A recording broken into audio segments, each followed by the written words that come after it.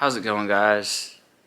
Today I'm going to teach you guys how to replace the water pump on a 2002 Nissan Sentra Spec V. More or less, I have the FSM up. Jesus, that's a tongue twister for some reason right now.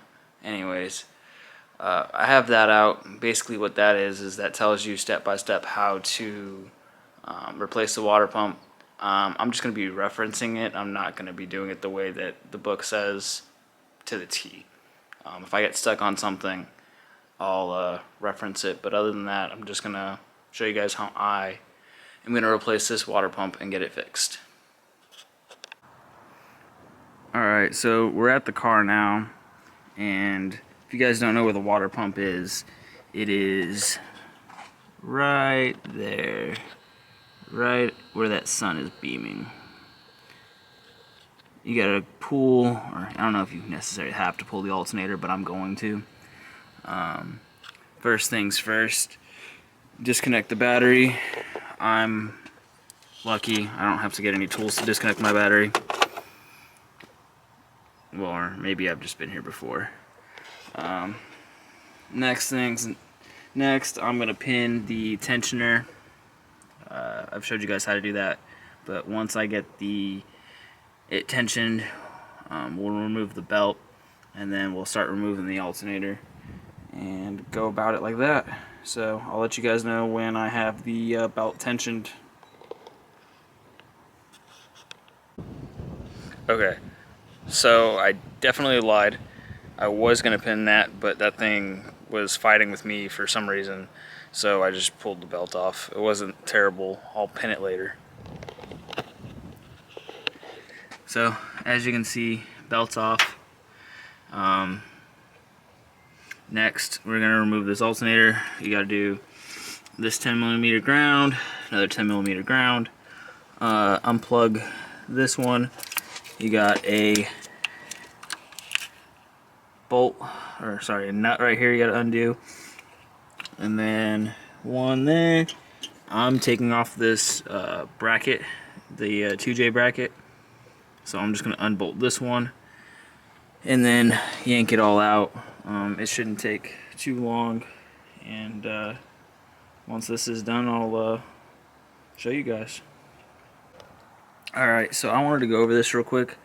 I removed the alternator from like where it sits, and I rotated it in this orientation, so that way I can just pull this alternator straight up. I might have to fight with this a little bit, but it bends.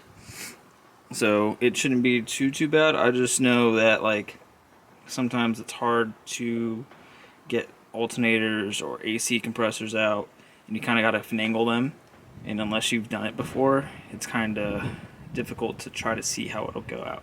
So hopefully this helps. Let's see if I can do it with one hand. I don't know if I can. I might be able to. Well, maybe.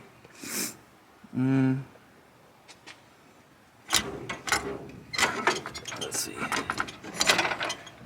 Let's see if I can push you down. Right.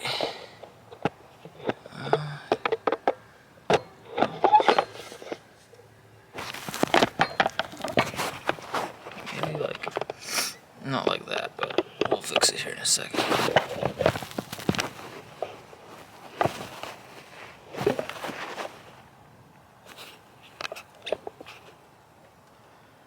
Maybe. I don't know if you guys can see, but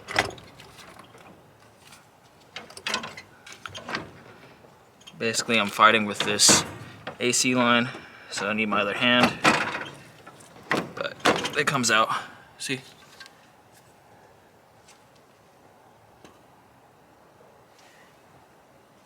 Now I can get to those bolts for that water pump. Water pump's right here. One bolt there, and one bolt right here. So 3 bolts. Shouldn't be too bad. I'm pretty sure the gasket's bad, but I'm replacing the whole thing. Another thing that I like to do is put bolts back where they were so I don't lose them. Obviously you can't do that like everywhere, but right here it works. So I think those are either going to be 10 millimeters or 12. I'm gonna go get a wrench. Once I figure out what size it is, I'll get back to you guys. Alright. So I ended up removing the coolant reservoir in order to get this bolt back here. Yeah, that was a pain. I'm not even gonna lie to you. This setup works. I'll show you guys here in a second once I get it loosened more. I still need the one more at the bottom, but this is kind of a pain. Ratchet, this extension, and then I gotta be able to see if I can get this. I'm not gonna be able to. Alright, give me 1 second. I'm gonna get this out of here because that's about to be a pain. But I'll show you guys. I figured I'd show you guys that how I got it off. Alright. So you might be thinking, why is there a screwdriver sticking out of this? Well, you see that right there? I don't know if you can see that. That last bolt right there started to strip when I was using a ratchet on it, like a ratcheting wrench. And so instead of fighting with it, if you didn't know, you can hit sockets on with a hammer and it'll most likely make things easier to get out. But because of the location and trying to swing a hammer, I used a screwdriver, put it in the end of the extension, I guess, and yeah, now it's fully seated on there, so now I can give it a shot without having the fear of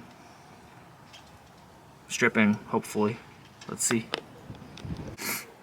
Okay, so all 3 bolts are loose. I'm gonna go ahead and remove the pump, check the gasket, which is what I think failed, and then I'm gonna quickly put over the new one on, just because I really don't feel like losing too much coolant, and rather show you guys, hey, after this is done, and you know, it's 3 12mm bolts. Basically pulled the other one off, put the new one on, gasket, tighten it, and then we're good to go. So, okay, I know I was doing the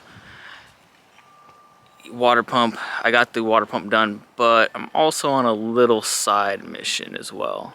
I've got a little project I'm working on, so I'm relocating some stuff, and don't freak out, I know it looks terrible, but here's the car. I know, looks like I crashed, got coolant everywhere. You will lose coolant when you take out the water pump. I knew that. I was just didn't want to drain it because I figured I could save a little bit. But in case you're wondering, that box, that fuse box, it'll fit through that headlight hole. I'm relocating it. I don't want to show you guys how to relocate it because I don't want to be responsible for that. But for your information, it will fit through there with a little bit of patience. Definitely a little bit of patience. Got to remember you're messing with wires, and this is a 20-year-old car, and the wires aren't the greatest, so be very careful when you're messing with that stuff. But I'm gonna get back to this, and let me show you the water pump. Actually, I didn't do that. Bam, brand new water pump and gasket. I'm not sure if it was the gasket yet, but once I get done with this side project, I'll let you guys know. Alright, so back from that little side quest. I don't want to admit how hard that was, but it was definitely more difficult than I would love to admit. But it looks decent, I think. I think I could do slightly better, but working with what I had, I made a bracket right there, and then I tucked it underneath right there. It's only on by 1 point, but like, it's not going anywhere. If I ever have to get in there for relays, that's gonna suck, but it's there. Gotta attach that ground. I think I'm gonna go right there, And then one of the lights, the turn signal, I gotta ground that one out because I had to separate it. And then I get to put this whole thing back together. So, almost there. Almost there, but I'll let you guys know when I get this front bumper back on and everything buttoned up, and then I'll also get back on to fixing the water pump stuff. Alrighty. Alright, so I figured since I kind of showed you how to tuck this a little bit, like where I did it, I might as well tell you that you need to cut one of the turn signals in order to, it's just a ground wire, and then put a connection on it and ground that connection. So I'll show you that. It is right there, that little blue connector. That's where I'm grounding it for now. It's on the turn signal right here connector. So this will plug right back in. That'll go there. This goes through underneath and then down in there. I made a bracket. I showed you guys that earlier, but figure I go over it real quick. Got to put the headlight back and then bumper back, and then we should be good. Oh, you also have to remove one ground. It's right here. This ground is where I'm grounding it. Hopefully it works. If not, then I guess I'm gonna have to figure out where to ground it. And that ground came from right there. But I think it looks cleaner in there.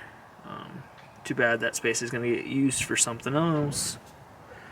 But I'll give you guys an update in a little bit. So see you next time. Okay, so it's a little bit later, it's getting dark, but the front end is back together. I put some new headlights on, not new, but I robbed them off the other car. Put them on there. I got some new ones for the other car, so that'll go on there. I gotta put the alternator back on, but we are back to the power steering. It shouldn't be that much longer. I'm gonna throw the alternator back on and call it a day. So I'll let you guys know when this is all back together. Alright, well, car is back together. Let's show you guys that. Belt is on. All I need to do now is add coolant, bleed the system. If you didn't know, anytime you open the coolant system up, you need to re-bleed it, which means you go ahead, put coolant in the radiator. You leave the radiator cap off, and then you basically fill it up, turn the heater on full blast, let the heater core go through, get all the bubbles out, and that's about it. Once you stop seeing bubbles, stop like burping, then it's good to go. Shouldn't take too long, and that'll be it. Alright, so I filled it up with coolant. I'm about to go try to start it for the first time. So let's go see what it does. If I put everything back together right, it should start right up.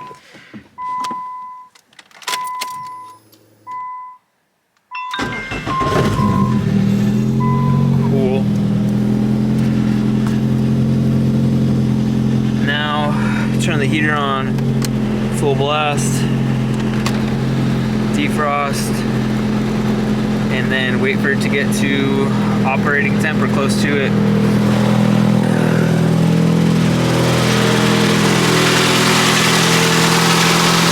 Headlights are on.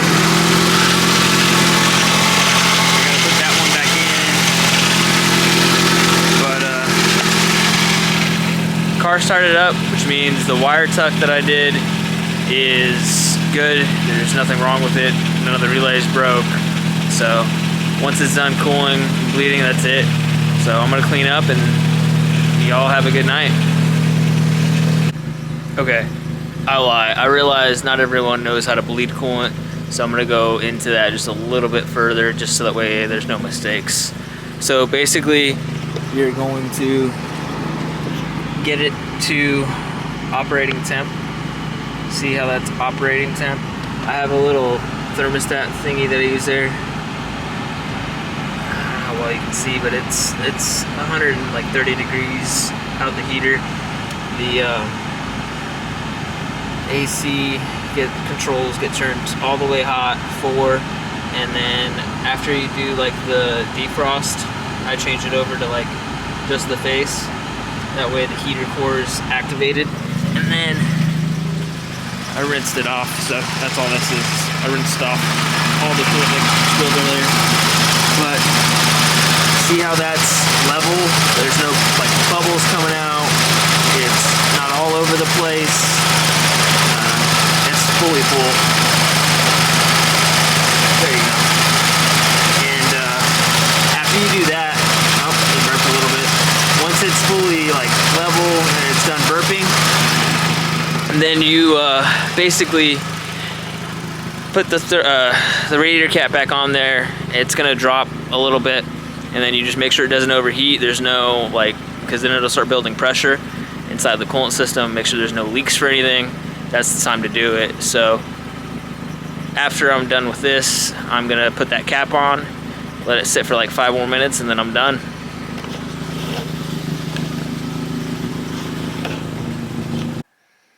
Alright, well, this is it for real this time. Thank you guys for watching. I hope you guys learned something.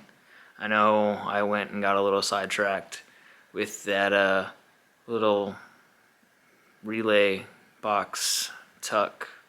That thing took forever. I don't recommend it to anybody, but I mean, it looks cool, but it's not there for looks. Hopefully you guys stay tuned, and hopefully you guys figure out why I ended up moving that. Hope you guys enjoyed, and have a nice night.